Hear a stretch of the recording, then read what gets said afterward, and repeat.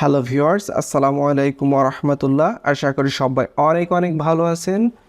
তো আজকের এই ভিডিওতে আমি আপনাকে দেখাবো আপনার ওয়ার্ডপ্রেস ওয়েবসাইটটা কিভাবে মাল্টি ওয়েবসাইট ক্রিয়েট করতে পারবেন, অর্থাৎ আপনার সিঙ্গেল ওয়ার্ডপ্রেস ওয়েবসাইটটা কিভাবে মাল্টি ওয়েবসাইট ক্রিয়েট করতে পারবেন, তাও সিঙ্গেল ডাটাবেজের মাধ্যমে।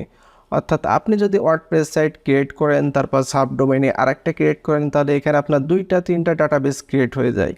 কিন্তু আমি আপনাকে দেখিয়ে দেবো কীভাবে সিঙ্গেল ডাটাবেজে আপনি মাল্টি ওয়ার্ডপ্রেস ওয়েবসাইট ক্রিয়েট করতে পারবেন। সো চলুন আপনাকে দেখিয়ে দিই কীভাবে এটা করতে হয়।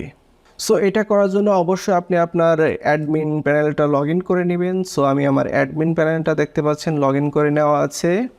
তারপর আপনি আপনার হোস্টিংয়ের ফাইল ম্যানেজারটায় চলে আসবেন। সো আমি আমার ফাইল ম্যানেজারে চলে আসছি। তারপর এখানে দেখতে পাচ্ছেন যে wp-config.php এই ফাইলটা আপনাকে একটু এডিট করতে হবে।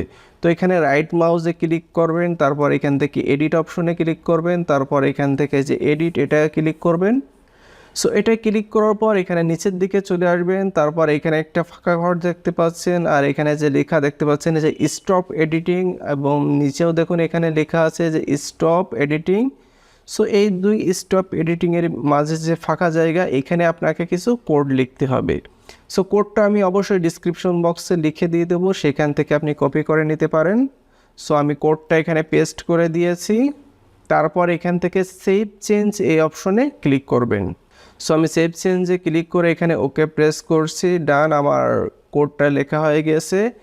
সো এখানে আমি রিফ্রেশ করার পর এখানে যে টুলস অপশন, এই টুলস অপশনের উপরে ক্লিক করবেন, বা মাউসটা এখানে রাখার পর ডান দিকে নিচের দিকে এখানে কিছু ড্রপ ডাউন মেনু চলে আসছে। সো এখানে নিচের দিকে দেখতে পাচ্ছেন যে নেটওয়ার্ক সেটআপ, এই অপশনে আপনাকে ক্লিক করতে হবে। সো এখান থেকে যে নেটওয়ার্ক সেটআপ এটার উপর ক্লিক করার পর একটি নতুন পেজে আমরা চলে আসছি। সো এখানে দেখতে পাচ্ছেন কিছু ইনস্ট্রাকশন আছে, এই ইনস্ট্রাকশন ফলো করে আমাদের কাজ করতে হবে। তো অ্যাট ফার্স্ট যেটা দেখতে পাচ্ছেন যে wp-config.php এবং .htaccess এই দুইটা ফাইলে আমাদের কাজ করতে হবে। তো প্রথম কাজটা কি করতে হবে, wp-config.php এই ফাইলটা চলে যাবেন। যাওয়ার পর কি করতে হবে, এই যে এখানে লেখা আছে স্টপ এডিটিং, ওই জায়গায় সো নিচের এই কোডটুকু আমাদেরকে পেস্ট করতে হবে। সো আমরা এই কোডটুকু কপি করে নিচ্ছি। আপনার যখন সেট আপ করবেন আপনারও এরকম একটি কোড শো করবে, সেটাই আপনি কপি করে দিবেন। সো আমরা কপি করে নিলাম। তারপর wp-config.php এই ফাইলে চলে আসলাম। তারপর এখানে এন্টার দিয়ে আপনি একটু স্পেস দিয়ে নেবেন। তারপর এখানে কন্ট্রোল-V পেস্ট করে দিবেন। তারপর এখানে সেভ চেঞ্জে ক্লিক করবেন। সো আমি এখান থেকে সেভ চেঞ্জে ক্লিক করছি, ডান। তারপর 2 নম্বর ইনস্ট্রাকশন কি, .htaccess এইখানে আমাদের এই কোডটুকু কপি করে দিতে হবে। সো আমরা কোডটা কপি করে নিচ্ছি। সো আপনার ফাইল ম্যানেজারে যদি আপনি .htaccess খুঁজে না পান, তাহলে এখান থেকে ডান দিকে এখানে উপরের আইকন দেখতে পাচ্ছেন যে সেটিং লেখা আছে আইকন সহকারে, এই সেটিংয়ের উপরে আপনি ক্লিক করবেন। করার পর নতুন একটি পপ আপ ওপেন হচ্ছে। তারপর এখানে দেখুন আমার টিকমার্ক দেওয়া আছে, আপনার হয়তো টিকমার্ক নাও থাকতে পারে। সো এখানে টিকমার্ক দিয়ে তারপর আপনি সেভে ক্লিক করবেন। সো সেভে ক্লিক করার পর এটা আপনি দেখতে পাবেন। তারপর এখানে রাইট মাউসে ক্লিক করে এডিট করবেন। সো এখানে চলে আসার পর আমরা যেটা কপি করছিলাম এখানে পেস্ট করে দিবেন, অথবা আপনি চাইলে সম্পূর্ণটা রিমুভ করে ওটা পেস্ট করতে পারেন। সো আমি ওটা করছি না, আমি জাস্ট এইটুকু সিলেক্ট করে রিমুভ করে এখানে পেস্ট করে দিলাম। তারপর সেভ চেঞ্জ, ওকে।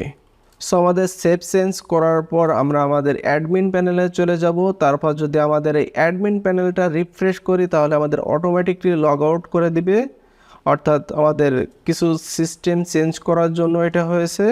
সো আমরা আবার ইউজার পাসওয়ার্ড দিয়ে এখানে লগ ইন করে নেব। তো আমাদের ইউজার পাসওয়ার্ড দেওয়া হয়ে গিয়েছে। তারপর এখানে একটু রিমেম্বার মি দিই, তারপর এখানে লগ ইন করে নিই। সো এখানে লগ ইন করার পর আপনারা দেখতে পাচ্ছেন কিছু ড্যাশবোর্ডে চেঞ্জ হয়েছে। যেমন উপরের দিকে এখানে দেখুন যে মাই সাইটস নামে একটি অপশন অ্যাড হয়েছে, এখানে নেটওয়ার্ক অ্যাড হয়েছে।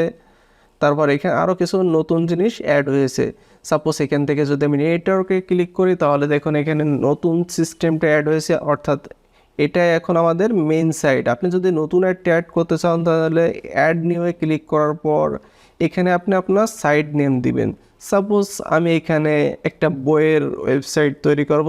সাপোজ এখানে আমি বুকস দিলাম, তারপর এখানে নাম দিলাম সাপোজ সোয়া বুক, যেহেতু আমার ডোমেনের নামের সাথে একটু অ্যাড করে নিলাম। আর এখানে একটা মেইল দিয়ে দেবেন, যে কোনো মেইল দিলেই হবে। তারপর এখান থেকে অ্যাড সাইট, তারপর আমরা যদি অল সাইটে যাই দেখতে পাচ্ছেন আমাকে এখানে দুইটা ওয়েবসাইট শো করা হচ্ছে, অর্থাৎ এইটা একটা যে বুকস একটা, আর একটা আছে মেইন সাইট যেটা যে source.com। তাহলে আমাদের কি হলো, দুইটা ওয়েবসাইট ক্রিয়েট হয়ে গেল। একটা হচ্ছে আমার ই কমার্স ওয়েবসাইটের থিম ইউজ করা, আর একটা হচ্ছে সিম্পল থিম ইউজ করা। তো আমি এখানে আরও একটা ক্রিয়েট করে দেখিয়ে দিচ্ছি, তাহলে আরও বুঝতে পারবেন। এখান থেকে যে অ্যাড নিউ এখানে ক্লিক করবেন। তারপর সাপোজ আমি এখানে আর্টিকেল লেখার জন্য একটা ওয়েবসাইট তৈরি করব। সাপোজ এখানে আমি লিখে দিচ্ছি আর্টিকেলস, সাপোজ এখানেও লিখে দিচ্ছি সো আর্টিকেলস।